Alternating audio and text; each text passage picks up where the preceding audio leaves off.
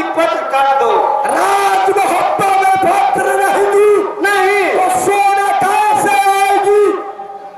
एक तो दुर्गा की ब्रह्मा बहना की खेल रहा है। अच्छा अवश्य में सोना की मेला में धन होगा, मैं बस मेला लगाऊंगा, मानी फर्मत का। ठीक है रुक रहो।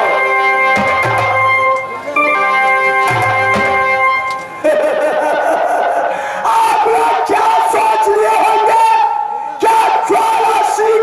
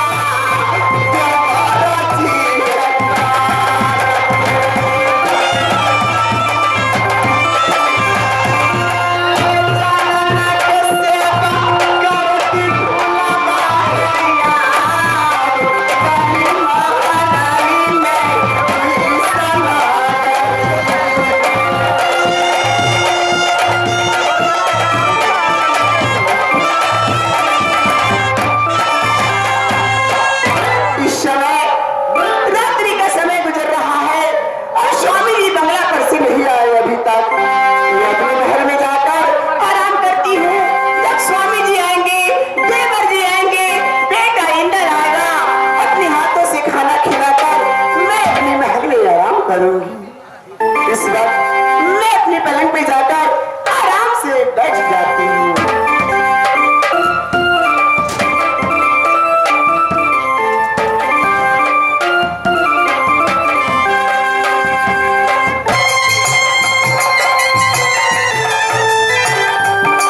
बेटी सोना अपना पलंग पर चैन से सोती है। नींद आते आगो के पलंग से सोमाया। नींद के आगो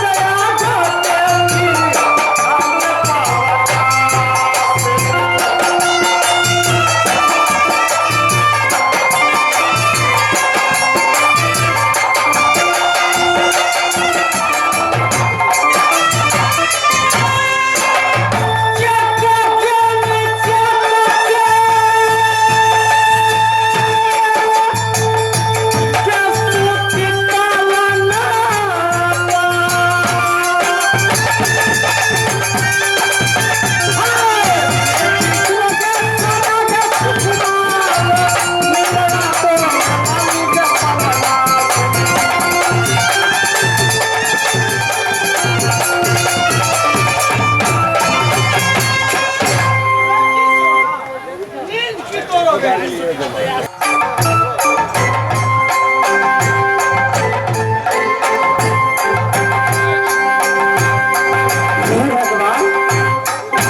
ये क्या?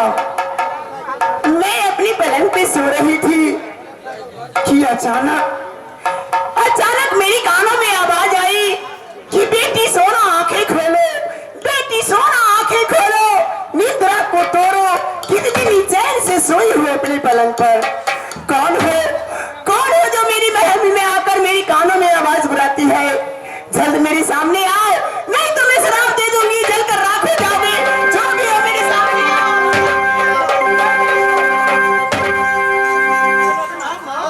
क्या बेटी, उम्र तुम्हारी 10 बरस, जैसे नीर बढ़े गंगा की वैसे उम्र बढ़ी।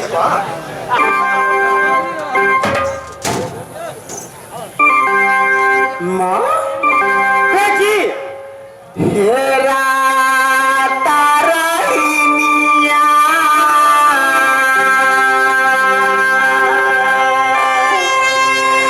सना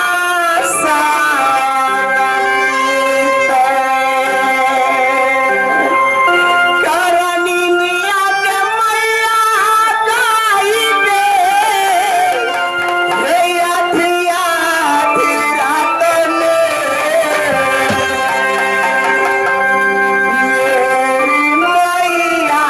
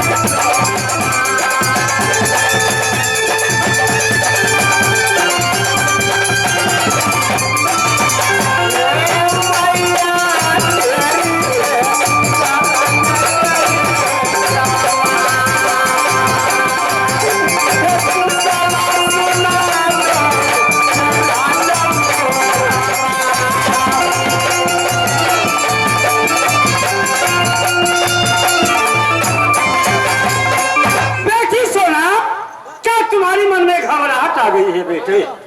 हाँ माँ, मैं बचपन से तुम्हारी पूजा करते करते जवान हो गई राजनैना में। मैं शादी करके आई राजमहल में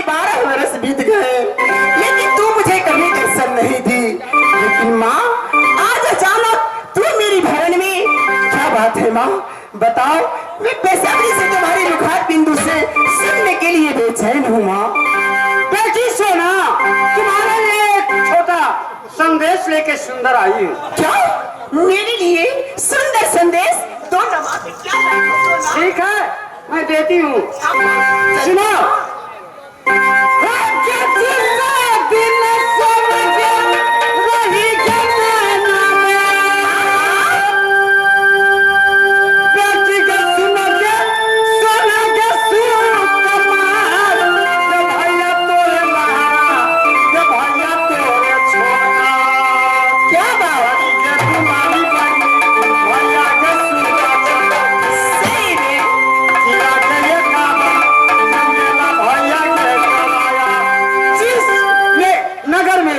जिस मेला लगती है बेटी किला ये कावन की, वहीं आगे पटरी के मेला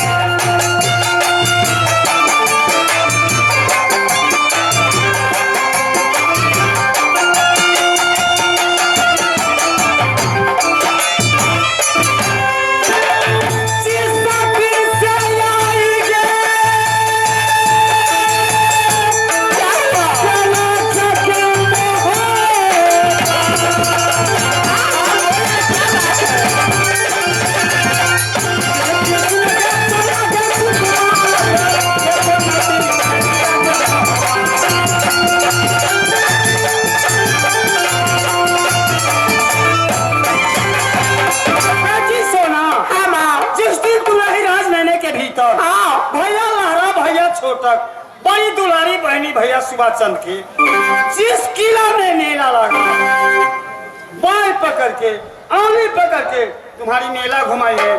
सही में जिस दिन से तुम देवर की साथ आई है, ये कोई तिरिच नहीं, राज मोहब्बत किया। माँ, ये कैसी बात हुई?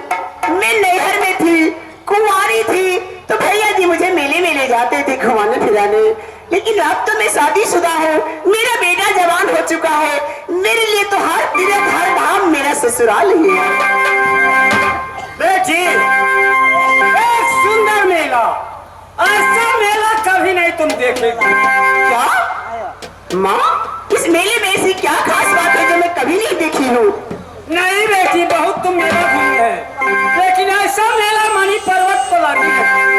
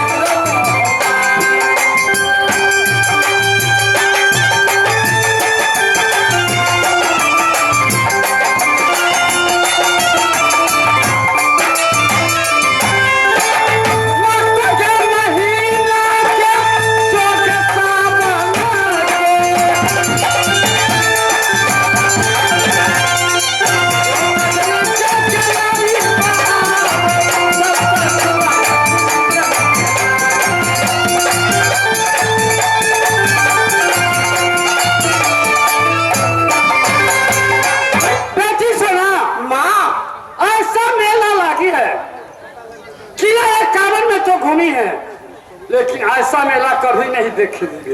तू क्या माँ? नवल बाग है, नौलखे के चंदन चरखा गगन ही रोला, उसमें लगी रेशम की डोल, सब नारी महारानी किला 51 की मेरा में पूमी है, सब कजली अपनी गाती है, झूला की झूलती है, पपियाहिनी बन की राज मोहब्बत बैठी है मेला घूमने के लिए।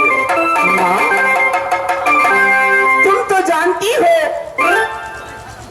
कि मैं जिस दिन से राज मोहब्बा में आई हूँ, अपनी सासू देवला की सेवा करती हूँ, पति की चरणों की सेवा करती है, ससुर जी को सेवा करती हूँ, हर धाम हर सुख मेरा संसार तो मेरे पति के चरणों में है, लेकिन तुम कह रही हो तो मैं तुम्हारी बातों को टालूंगी नहीं माँ।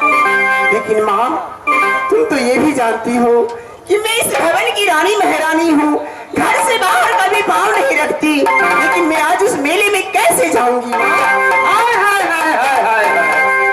कौन ऐसी लड़की बड़का घर की रहे और छोटका घर की रहे, मेला लगती है दुर्गा पूजा, वो काहे नहीं घूमने जाएगी?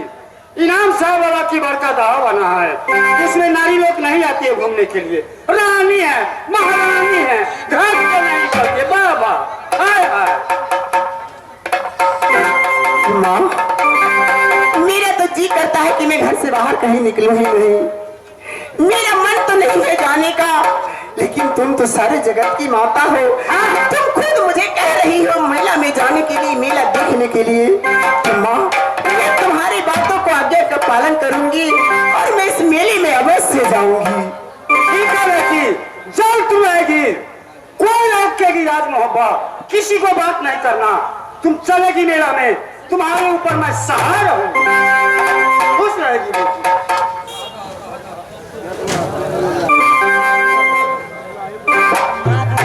माँ जगदम्बा कही कि तुम किसी की बात मत करना, राज मोहब्बा में अपने दिल की सुनना, अपने दिल की करना। राज मोहब्बा से निकल कर जाओ, मणि पर्वत पर मेला देखो, शिव बाबा को जल ढारो, ताकि तुम्हारी जीवन धन्य हो जाएगी। ठीक है, मैं इस समय अपनी बादी को बुलाकर और देवर जी के बंगले पर भेजती हूँ, और देवर जी महल में आएंगे तो देवर जी से साथ साथ चलने को कहूंगी मेले में।